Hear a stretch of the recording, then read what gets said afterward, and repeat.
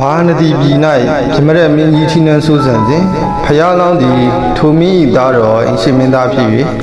ပြမရက်မင်းသားဟုပင်အမည်တွင်လေသည်ထိုစဉ်အချိန်ကဘာနတိပြည်သူတို့သည်နှပ်ပူဇော်ခြင်းရာသည်ရောက်လျင်မြို့ပြင်ညောင်မင်းကြီးတွင်စုဝေးကြပြီးကြက်ဝက်ကျွေးနွားစသည်တို့ကိုတပ်ဖြတ်ကာနှပ်ပူဇော်ပွဲကြီးကျင်းပကြလေသည်ဖျားလောင်းအရှင်မင်းသားသည်ထိုတလေအားလုံးဝနှိမ့်ညွတ်ခြင်းမရှိ၍ငါထီးနှံရသည့်အခါပြုပြင်မည်ဟုစိတ်ကူးထားလေသည်မင်းသားလည်းစိတ်ကူးထားသည့်အတိုင်းနတ်ပူဇော်ပွဲကျင်းပသည့်ရာသည့်တိုင်းတွင်နတ်ပူဇော်ရာညောင်မင်းတို့သွားပြီးပြည်သူတို့နှင့်အတူဟန်ဆောင်ပူဇော်လေးရှိသည်ပြည်သူတို့ကဖျားလောင်းအရှင်မင်းသားအပြုမူကိုကြည်ညိုနှစ်သက်နေကြလေသည်ဖျားလောင်းအရှင်မင်းသားလည်းခမဲတော်နဲ့ရွာလာသောမင်းဖြစ်လာလေသည်မင်းဖြစ်သည်နှင့်အမက်ပုံနာတထေးတကြွယ်တို့ကိုစီဝေးစေ၍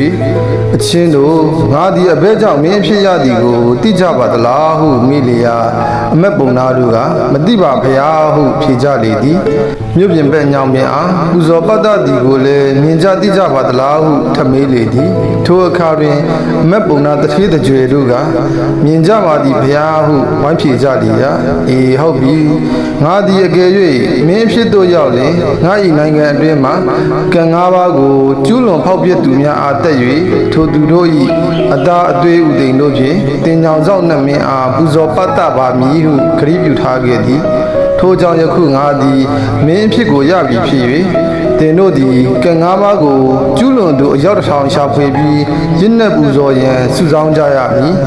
ကံ၅ပါးကိုကျူးလွန်သူတို့၏အသွေးသားတို့ဖြင့်ရစ်ပူဇော်မည်အကြောင်းပြည်သူတို့အားယနေ့ပင်စီလက်မောင်းတီအတိပေးစေပြီးနောက်တစ်နေ့မှစ၍ရှာဖွေဖမ်းဆီးကြရမည်မြတ်တော်မင်းကြီးကံ၅ပါးဟူသည်အဘယ်နည်းဟုအမက်ပုံနာတို့ကမိမြန်းကြရာကံ၅ပါးဟူသည်ကတိပါဏာတိပါဒာသူတစ်ပါးအသက်ကိုတတ်သောကံနှင့်အရိဏဒါနာသူတစ်ပါးဥစ္စာပစ္စည်းတို့ကိုလိမ်လည်လက်ပြခိုးယူသောကံ၃ကာမေတုမိစ္ဆာစာရာသူတစ်ပါးလင်သာသမယတို့ကိုကျူးလွန်သောကံ၄မုဒာဝါဒမမှန်သောစကားလိမ်လည်ပြောကြားသောကံငါသူရာမေရယရက်တေစာတောက်ဆောင်မှုရသောကံ